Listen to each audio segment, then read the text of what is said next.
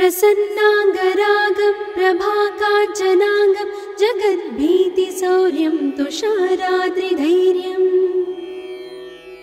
तृणीभूतहेतिं रणोद्यद्विभूतिं भजे वायुपुत्रं पवित्राप्तमित्रम्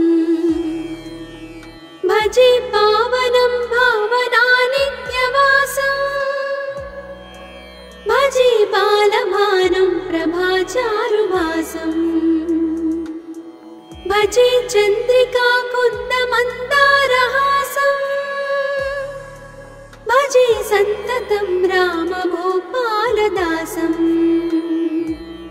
भजे लक्ष्मणप्राणरक्षातिदक्षं भजे तोषितानेकगीर्वाणपक्षम् भजे घोरसङ्ग्रामसीमाहताक्षं भजे रामनामातिसम्प्राप्तरक्षम् कृताभीलनादं क्षितिक्षिप्तपादम् घनक्रान्तभृङ्गं कटिस्थोरुजङ्घम्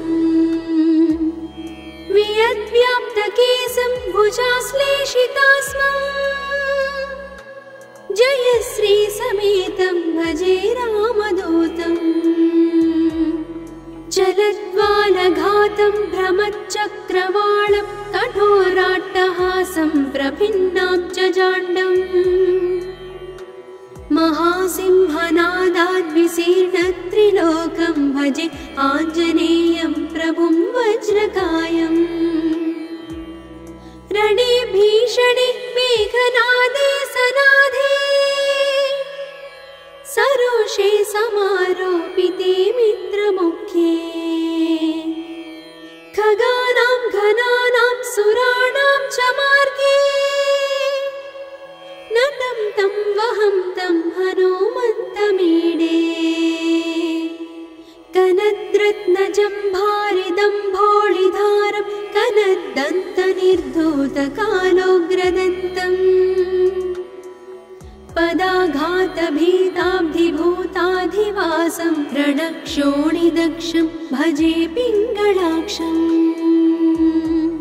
महाग्राहपीडा महोत्पातपीडा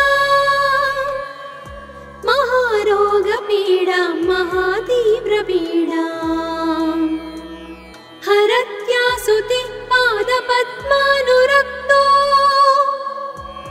नमस्ते कपिश्रेष्ठ रामप्रियो यः सुधा सिन्धुमुल्लङ्घ्य नाथोग्रदीप्तः सुधा चौषधीस्था प्रकुप्तप्रभावः षडद्रोणशैलस्य सारेण सेतुं विना भूस्वयं कः समर्थः कपीन्द्रः निरातङ्कमाविश्य लङ्कां विसम्पो भवानेव सीतातिशोकापहारी समुद्रान्तरङ्गादिरौद्रं विनिद्रम् विलङ्घ्योरुजङ्घस्तुता मर्त्यसङ्घः रमानाथ रामः क्षमानाथ रामः अशोकेन शोकं विहाय प्रहर्षम् वनान्तर्घनं जीवनं दानवानं विपाट्य प्रहर्षात् हनूमान् त्वमेव जराभारतो भूरिपीडां शरीरे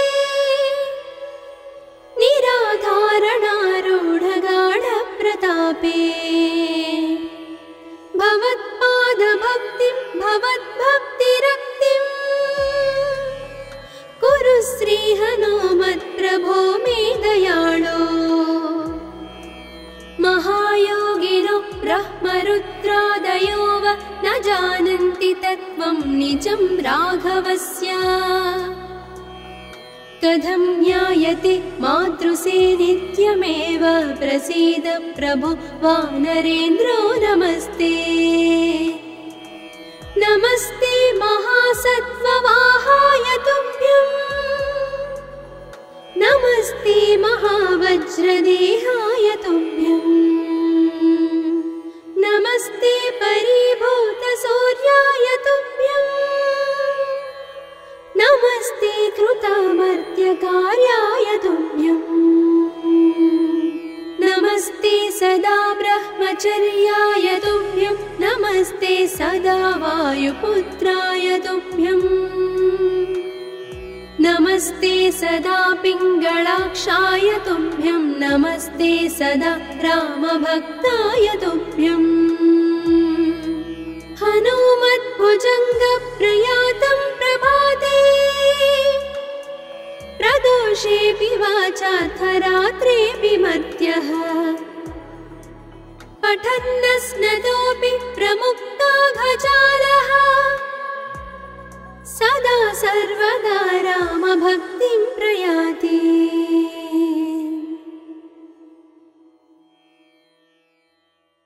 प्रसन्नाङ्गरागं प्रभाकाञ्चनाङ्गं जगद्भीतिशौर्यं तुषाराद्रिधैर्यम् तृणीभूतहेतिं रणोद्यद्विभूतिं भजे वायुपुत्रं पवित्राप्तमित्रम् भजे पावनं भावनानित्यवासम् भजे बालभानुं प्रभाचारुभासम् भजे चन्द्रिकाकुन्दमन्दारहासम् भजे सन्ततं रामभूपालदासम् भजे लक्ष्मणप्राणरक्षातिदक्षं भजे तोषितानेकगीर्वाणपक्षम् भजे घोरसङ्ग्रामसीमाहताक्षं भजे रामनामातिसम्प्राप्तरक्षम् कृताभीलनादं क्षितिक्षिप्तपादम् घनक्रान्तभृङ्गं कटिस्थोरुजङ्घम् वियद्व्याप्तकेशं भुजाश्लेषितास्मम् जयश्री समेतं भजे रामदूतम् जलद्वालघातं भ्रमच्चक्रवालं कठोराट्टहासं प्रभिन्नाब्जजाण्डम् महासिंहनादाद्विशीर्णत्रिलोकं भजे आञ्जनेयं प्रभुं वज्रकायम् रणे भीषणे मेघनादे सनाधे सरोषे समारोपिते मित्रमुख्ये खगानां घनानां सुराणां च मार्गे नतं तं वहं तं हनुमन्तमीडे कनद्रत्नजम्भारिदम्भोळिधारं कनद्दन्तनिर्धूतकालोग्रदन्तम् पदाघातभीताब्धिभूताधिवासं रणक्षोणिदक्षं भजे पिङ्गलाक्षम् महाग्राहपीडा महोत्पातपीडा महारोगपीडा महातीव्रपीडा हरत्यासुते पादपद्मानुरक्तो नमस्ते कपिश्रेष्ठ रामप्रियो यः सुधा सिन्धुमुल्लङ्घ्य नाथोग्रदीप्तः सुधा चौषधीस्था प्रगुप्तप्रभावः षडद्रोणशैलस्य सारेण सेतुं विना भूस्वयं कः समर्थः कपीन्द्रः निरातङ्कमाविश्य लङ्कां विसङ्गो भवानेव सीतातिशोकापहारी समुद्रान्तरङ्गादिरौद्रं विनिद्रम् विलङ्घ्योरुजङ्घस्तुता मर्त्यसङ्घः रमानाथ रामः क्षमानाथ रामः अशोकेन शोकं विहाय प्रहर्षम्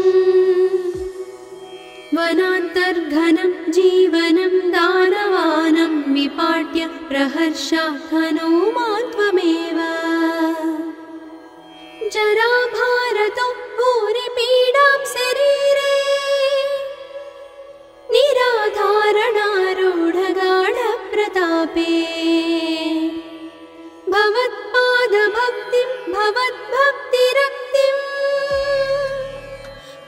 श्री हनुमत्प्रभो मे दयाळो महायोगिनो ब्रह्मरुद्रादयो वा न जानन्ति तत्त्वं निजं राघवस्य कथं ज्ञायते मातृसे नित्यमेव प्रसीद प्रभो वानरेन्द्रो नमस्ते नमस्ते महासत्त्ववाहाय तुभ्यं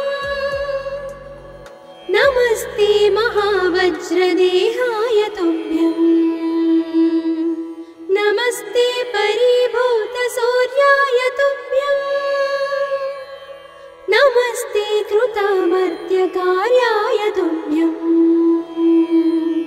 नमस्ते सदा ब्रह्मचर्याय तुभ्यं नमस्ते सदा वायुपुत्राय तुभ्यं नमस्ते सदा पिङ्गळाक्षाय तुभ्यं नमस्ते सदा रामभक्ताय तुभ्यं हनुमद्भुजङ्गप्रयातं प्रभाते प्रदोषेऽपि वाचार्थरात्रेऽपि मर्त्यः पठन्नस्नतोऽपि प्रमुक्ताघजालः सदा सर्वदा रामभक्तिं प्रयाति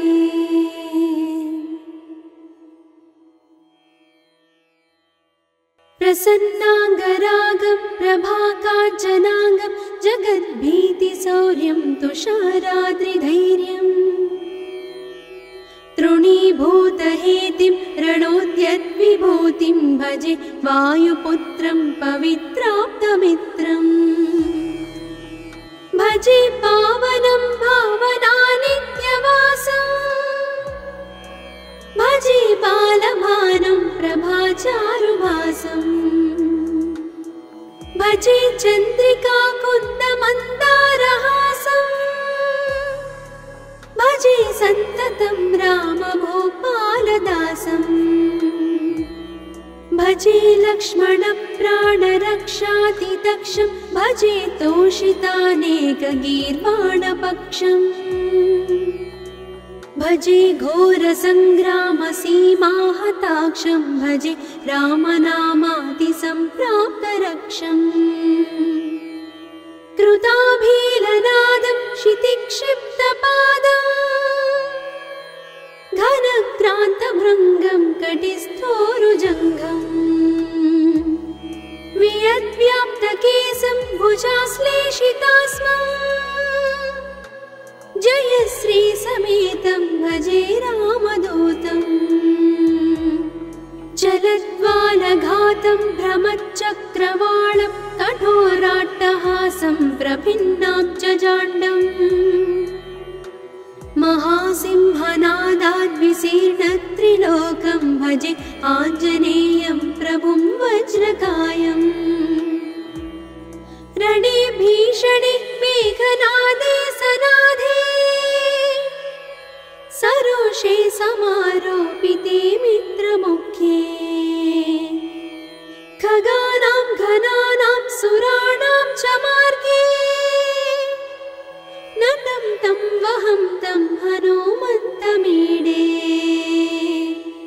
कनद्रत्नजम्भारिदम्भोळिधारं कनद्दन्तनिर्धूतकालोग्रदन्तम्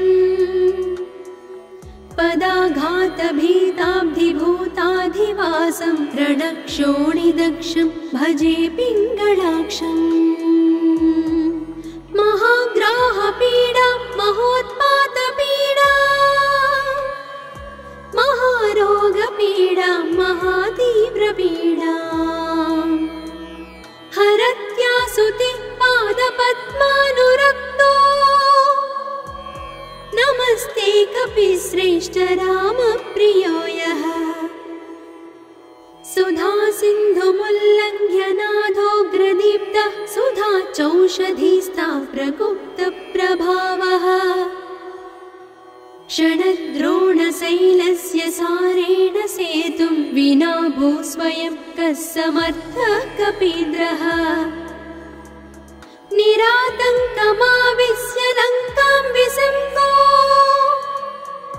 भवानेव सीतातिशोकापहारी समुद्रान्तरङ्गादिरौद्रं विनिद्रम् विलङ्घ्योरुजङ्घस्तुतः मर्त्यसङ्घः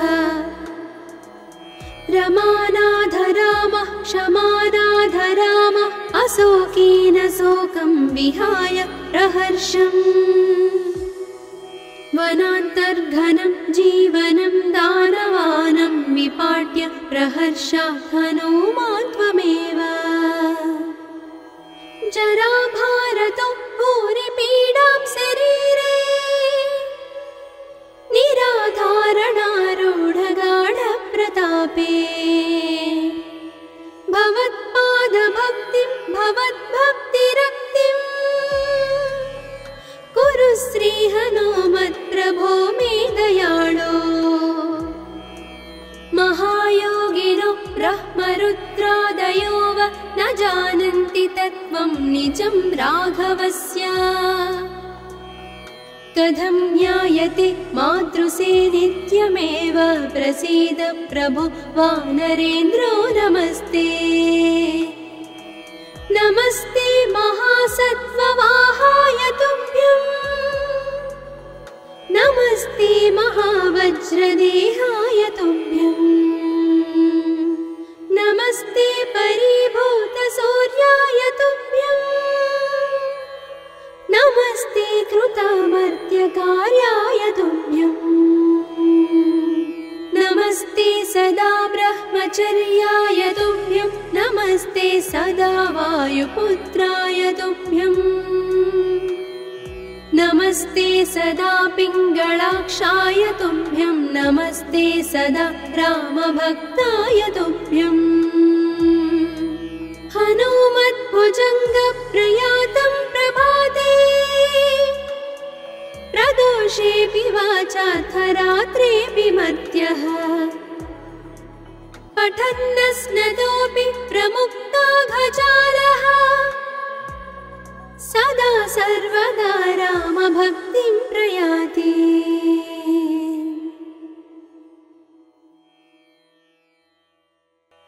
प्रसन्नाङ्गरागं प्रभाकाञ्चनाङ्गं जगद्भीतिशौर्यं तुषाराद्रिधैर्यम् तृणीभूतहेतिं रणोद्यद्विभूतिं भजे वायुपुत्रं पवित्राप्तमित्रम् भजे पावनं भावनानित्यवासम् भजे बालभानं प्रभाचारुभासम् भजे चन्द्रिका कुन्दमन्दारहासम् भजे सन्ततं रामभूपालदासम् भजे लक्ष्मणप्राणरक्षातिदक्षं भजे तोषितानेकगीर्वाणपक्षम्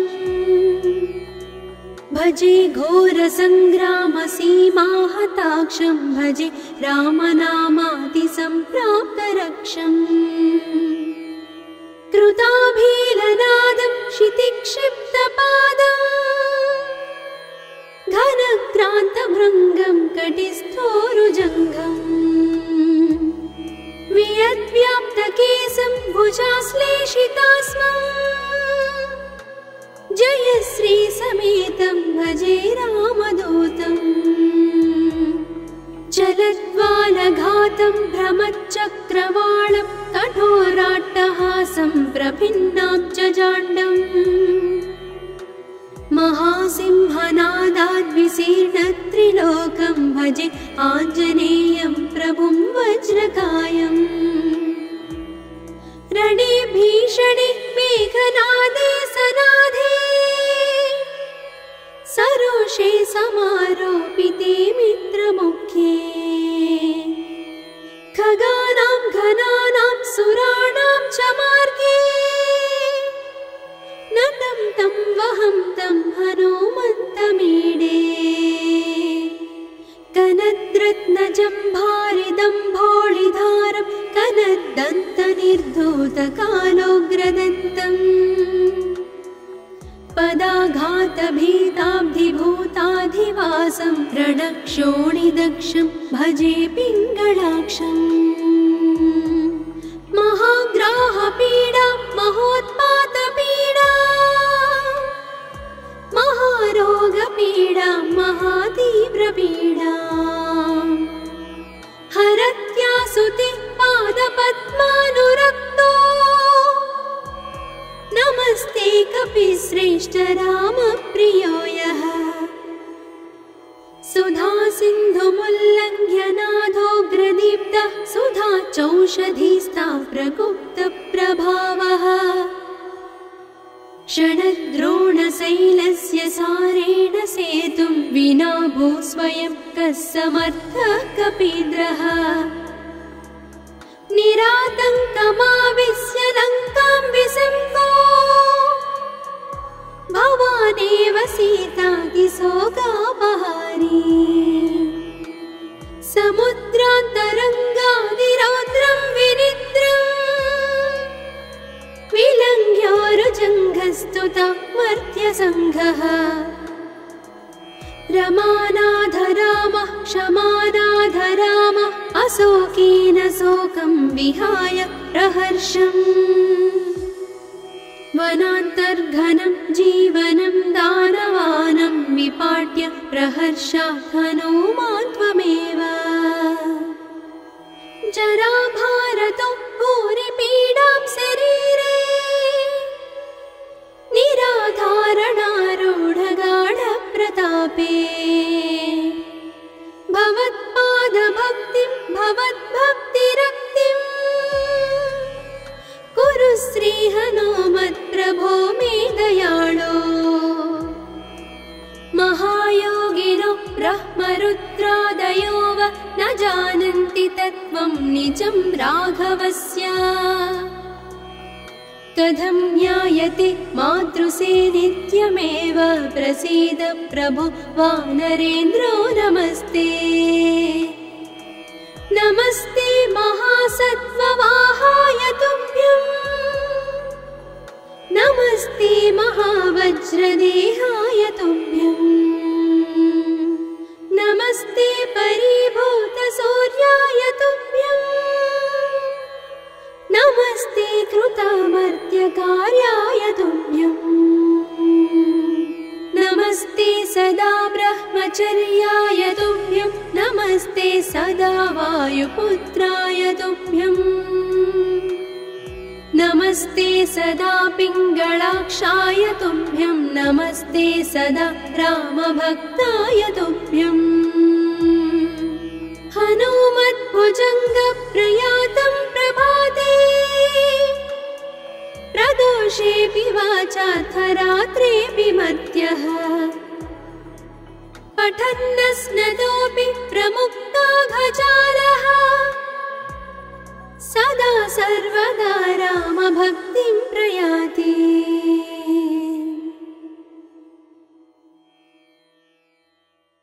प्रसन्नाङ्गरागं प्रभाकाञ्चनाङ्गं जगद्भीतिशौर्यं तुषाराद्रिधैर्यम् तृणीभूतहेतिं रणोद्यद्विभूतिं भजे वायुपुत्रं पवित्राप्तमित्रम् भजे पावनं भावनानित्यवासम् भजे बालभानुं प्रभाचारुभासम्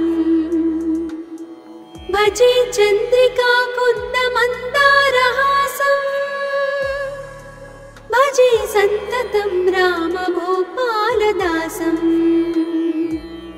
भजे लक्ष्मणप्राणरक्षातिदक्षं भजे तोषितानेकगीर्वाणपक्षम् भजे घोरसङ्ग्रामसीमाहताक्षं भजे रामनामातिसम्प्राप्तरक्षम् कृताभीलनादं क्षितिक्षिप्तपादम् घनक्रान्तभृङ्गं कटिस्थोरुजङ्घम् वियद्व्याप्तकेशं भुजाश्लेषितास्मम् जयश्री समेतं भजे रामदूतम् चलद्वालघातं भ्रमच्चक्रवालं कठोराट्टहासं प्रभिन्नाब्जजाण्डम् महासिंहनादाद्विशीर्णत्रिलोकं भजे आञ्जनेयं प्रभुं वज्रकायम् रणे भीषणे मेघनादे सनाधे सरोषे समारोपिते मित्रमुखे खगानां घनानां सुराणां च मार्गे नतं तं वहं तं हनुमन्तमीडे कनद्रत्नजम्भारिदम्भोळिधारं कनद्दन्तनिर्धूतकालोग्रदन्तम् पदाघातभीताब्धिभूताधिवासं रणक्षोणिदक्षं भजे पिङ्गळाक्षम् महाग्राहपीडा महोत्पातपीडा महारोगपीडा महातीव्रपीडा हरत्यासुति पादपद्मानुरक्तो नमस्ते कपिश्रेष्ठ रामप्रियो यः सुधा सिन्धुमुल्लङ्घ्य नाथोग्रदीप्तः सुधा चौषधीस्ता प्रगुप्तप्रभावः षडद्रोणशैलस्य सारेण सेतुं विना भूस्वयं कः समर्थः कपीन्द्रः निरातङ्कमाविश्य लङ्कां विसङ्गो भवानेव सीतातिशोकापहारी समुद्रान्तरङ्गादिरौद्रं विनिद्रम्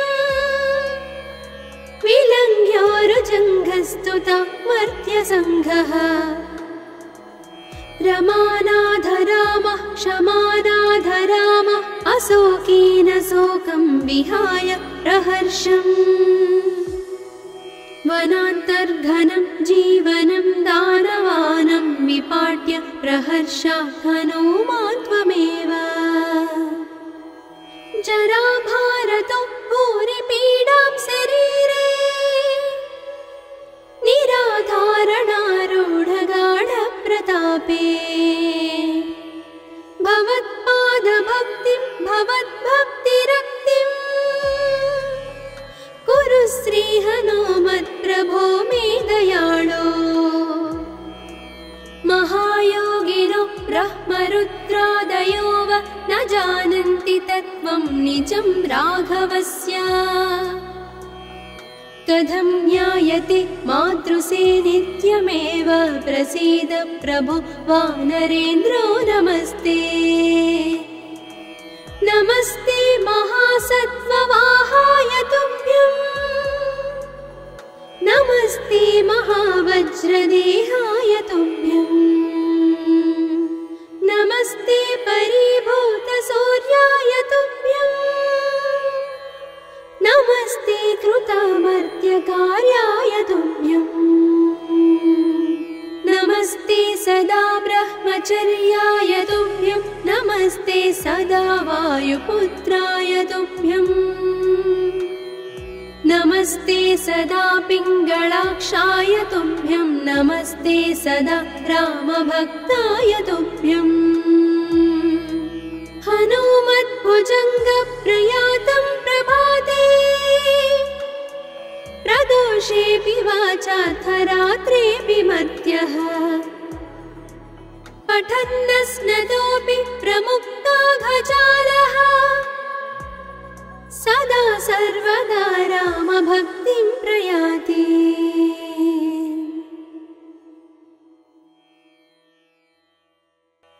प्रसन्नाङ्गरागं प्रभाकाञ्चनाङ्गं जगद्भीतिशौर्यं तुषाराद्रिधैर्यम् तृणीभूतहेतिं रणोद्यद्विभूतिं भजे वायुपुत्रं पवित्राप्तमित्रम् भजे पावनं भावनानित्यवासं